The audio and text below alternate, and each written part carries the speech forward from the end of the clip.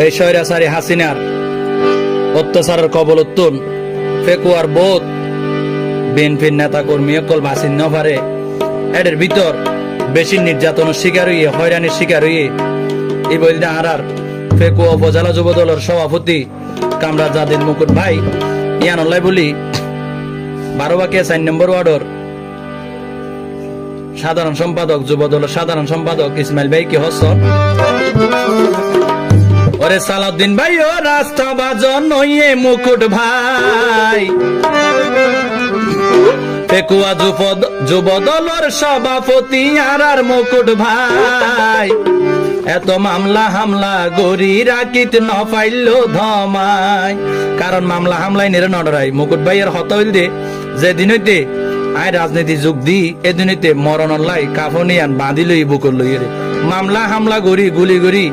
এটা মুকুট ভাইয়ের দমাই রাইন না পারিব আছে থাকিব যতদিন বাঁচি আছে আর সালাউদ্দিন ভাইয়ের বিশ্বস্ত হাতিয়ার হিসাবে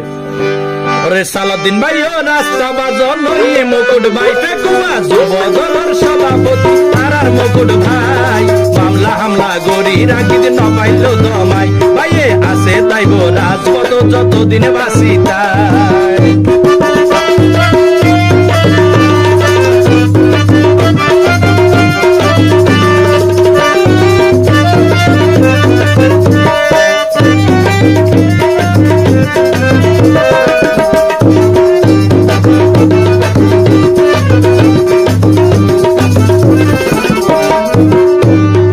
বিএনপির কর্মী হল কি হসন দীর্ঘ 16 বছর রাজপথ লাগাই আসিল মুকুট ভাই গুলি হাইয়ে স্বৈরাচারী হাসিনার পতন গড়িত যায়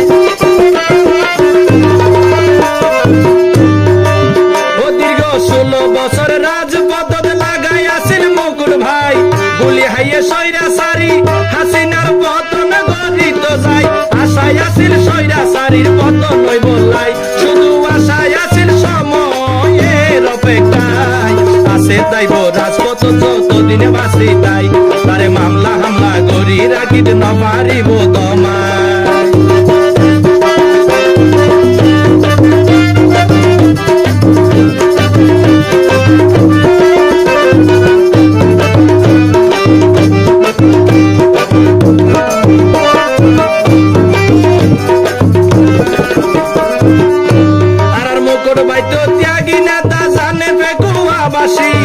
এ হতালাই অন্তর তোর তারে ভালোবাসি আর মুকুট বাইত ত্যাগী নেতা জানে বেগুয়াবাসী